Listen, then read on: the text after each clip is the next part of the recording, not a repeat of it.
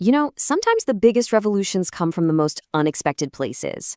What if I told you that one of the greatest leaps forward in publishing didn't come from some huge printing company, but from one brilliant computer scientist who was just really, really frustrated with how his new book looked? Let's get into it.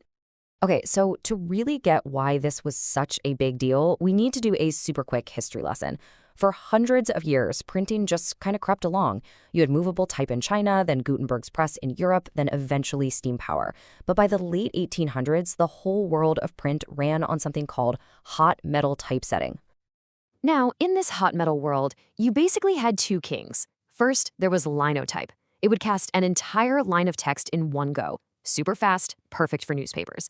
But for high-quality books, the absolute gold standard was monotype. It was slower, sure, because it cast individual letters, but that gave you incredible precision and quality. Remember that name, monotype, because that was the level of quality our hero was used to. And then, computers started showing up. Publishing began to shift away from hot metal to something called photo typesetting. And you'd think, great, digital, better, right? Well, for scientific books full of complex math, it was actually a huge step backward. The quality just fell off a cliff. Honestly, it just looked cheap and ugly. This is where our hero enters the story. A man named Donald Knuth, an absolute legend in computer science and mathematics. You might also know him by his Chinese name, Gao Dena. See, Knuth was the kind of guy who, when he saw a system that wasn't working right, didn't just complain. He built a better one himself. To give you a sense of how his mind works, check out this story. When he was a kid, there was a contest to see how many words you could make from the letters in Ziegler's giant bar. The judges found about 2,000. Knuth, just a kid, spent 2 weeks with a dictionary and found 4,500. He won his school a TV. That's the kind of dedication we're talking about. And that was just the beginning. In college, he reads the manual for an IBM computer and basically goes, I think I can do better than this, and just rewrites the compiler from scratch. Then he creates this wild formula to rate basketball players, and his college team goes on to win the championship. Seeing a broken system and fixing it was just what he did. His ultimate quest, his life's work, was writing The Art of Computer Programming. This isn't just some book. It's a legendary multi-volume series that people literally call the Bible of computer science. For a master craftsman like Knuth, every single detail in his masterpiece had to be perfect. And that obsession with perfection, that's what brings us to the inciting incident, the one moment that would change digital publishing forever. So, picture this. The first edition of his book? Absolutely gorgeous. It was printed using that beautiful, high-end monotype system. It was perfect. But then, when he got the proofs for the second edition, which used the new digital phototype setting, he was horrified. The mathematical formulas looked awful, the spacing was all wrong. In his own words, it was simply unacceptable. So what do? Write an angry email? Complain to the publisher? Well, Donald Knuth did something a little more drastic. He put his entire life's work on hold to invent a brand new digital typesetting system from scratch. And here's the kicker. He told his wife he thought it would probably take him about 6 months. It took him nearly 10 years. A full decade of his life dedicated to this detour into the world of typography, all because the tools that existed just weren't good enough. So what did he build during that incredible 10-year marathon? Well, he built a whole new world for words. He built TEX. He named it TEX, pronounced tech, which comes from the Greek word techne, and that word means both art and craft, which is just perfect. Because tech isn't a word processor like Word or Google Docs. No, it's a full-on programming language for typesetting, giving an author absolute mathematical control over every single thing on the page. So how does it work? Well, you don't use a mouse to drag things around.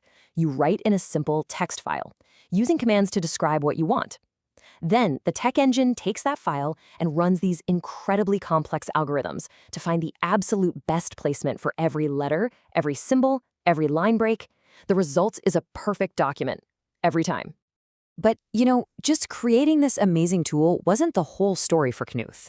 The philosophy behind how he released it to the world was just as revolutionary as the software itself. He gave it away, for free. This was years before open source was even a common term. He just put TEX into the public domain. He said he didn't do it for the money. He did it out of a pure love for books. It wasn't a product. It was a gift. Now, you've probably heard of something called LaTeX, right? So what's the difference? Think of it like a car. TEX is the raw, incredibly powerful engine. It does all the heavy lifting. LaTeX is the user-friendly car built around that engine. It gives you the steering wheel, the seats, and presets for things like articles or reports. So most people today drive the LaTeX car, but it's all powered by Knuth's text engine underneath. And this points to a completely different philosophy. Programs like Microsoft Word are WYSIWG. What you see is what you get. You move things around visually. TEX is WYSIWM. What you see is what you mean. You don't fuss with the layout. You focus on the content and the structure, and you trust the system to handle making it beautiful. You mean for this to be a chapter title, so you label it as such, and TEX takes care of the rest.